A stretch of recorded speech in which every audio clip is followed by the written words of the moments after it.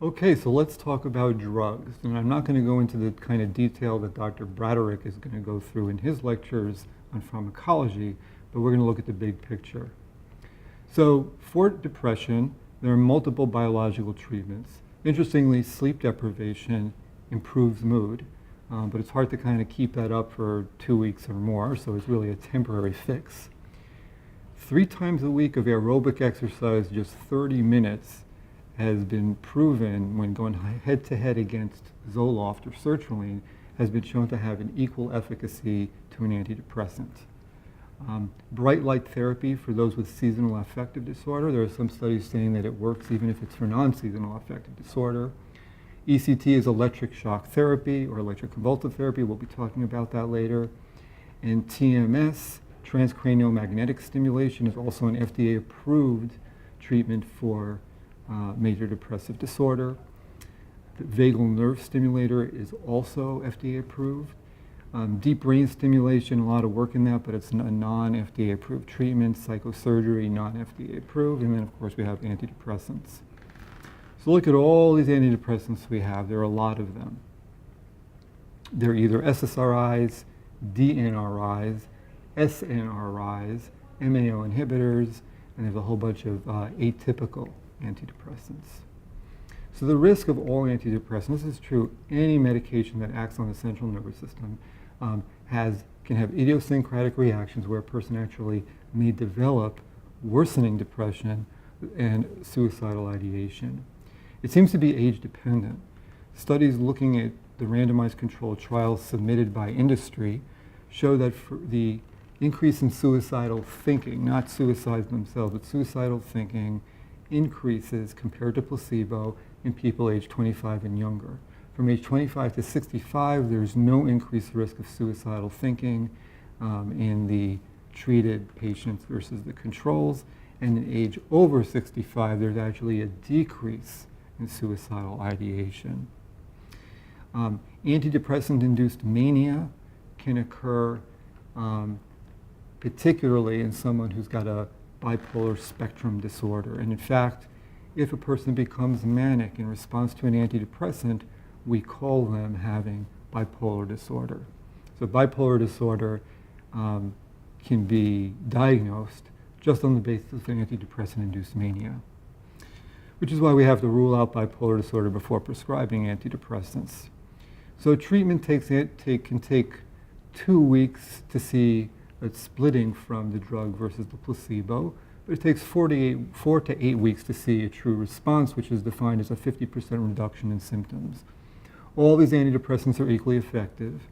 For the first episode, treatment should continue for a minimum of 6 months after the symptom resolution, and if it's recurrent depression, meaning 2 or more times, then we need to think about long-term therapy.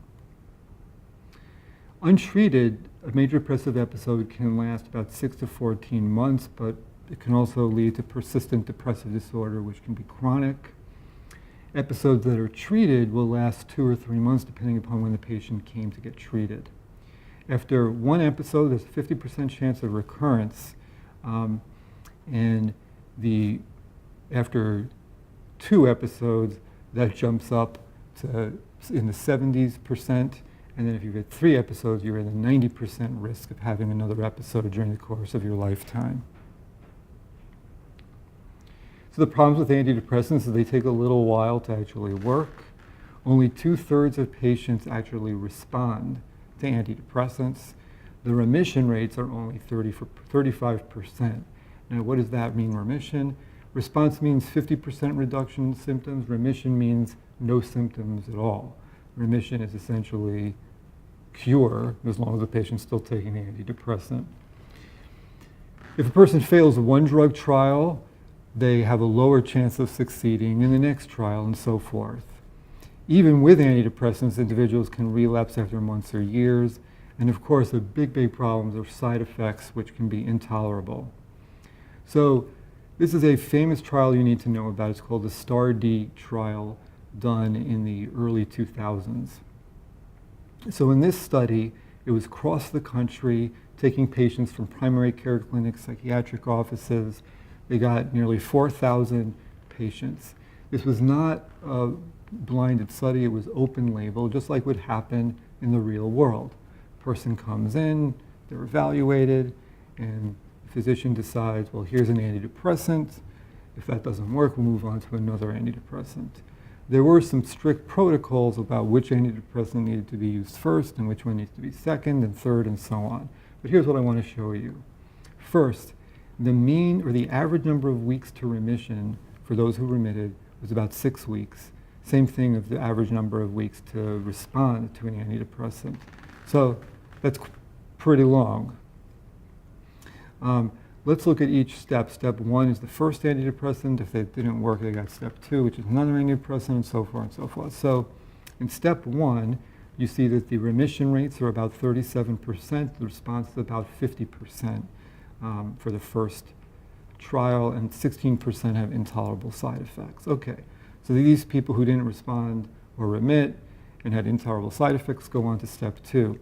Now you see the numbers are getting lower. Only 30% went to remission. Only 30% had a response. And now the number of intolerable side effects is going up.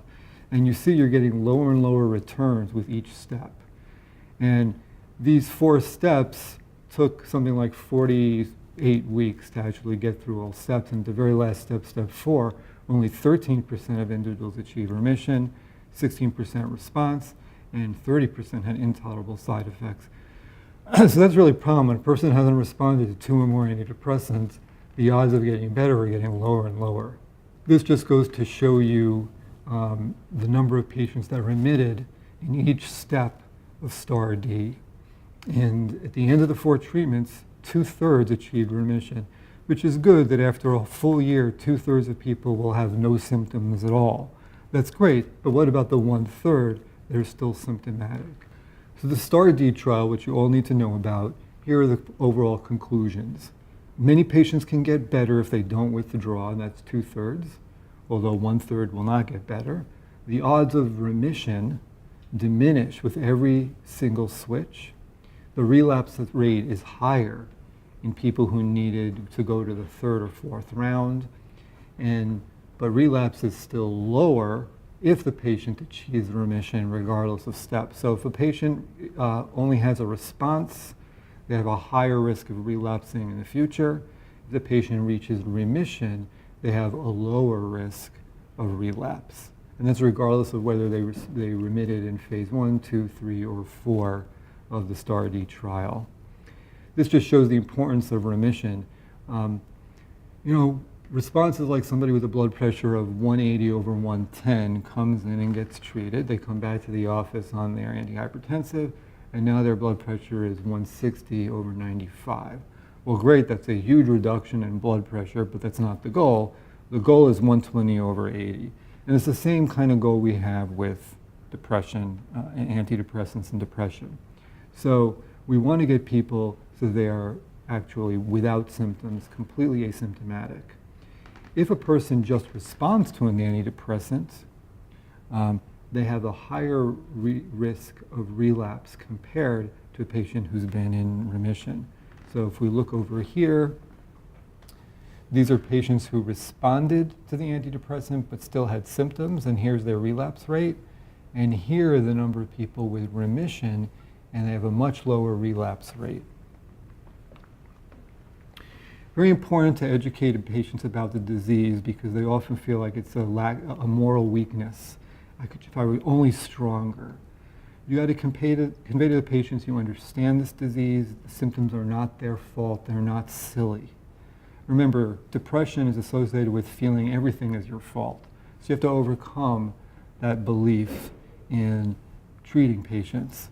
Inform the patient that recovery takes time, that they first might have side effects before the medication kicks in, and stress them the importance of taking the medication even after their symptoms resolve, and that they should work with you towards deciding whether continuing or to stop the antidepressant.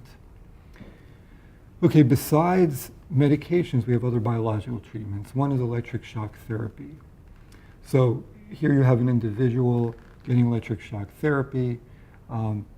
It really takes a minute. So the patient is on a table, their electrode attached to their head, and they're given a sedative as well as a paralytic agent. Their breathing is supported during the procedure, and electricity is passed through the electrodes, which then induce a seizure of about 30 seconds. Because the paralytic agent has been placed, the patient doesn't shake, but we can detect the seizure via the EEG leads on the person's scalp. You only need 6 to 12 of these treatments. It has a great response rate of about 70 to 80%. Interestingly, works for both severe depression and for mania. Very, very safe procedure. So a short-acting barbiturate is given intravenously to induce unconsciousness, and then succinylcholine is the paralytic agent. Okay, we talked about this. The response is really rapid, just in a few days. It's really quite remarkable. So that's ECT. Other biological treatments we discussed. The top 3 here are FDA approved. The bottom 3 are all kind of experimental. We talked about these earlier in the video. We also talked about sleep deprivation and aerobic exercise early in this video. All right, now we're going to switch to non-pharmacotherapeutic treatments for depression.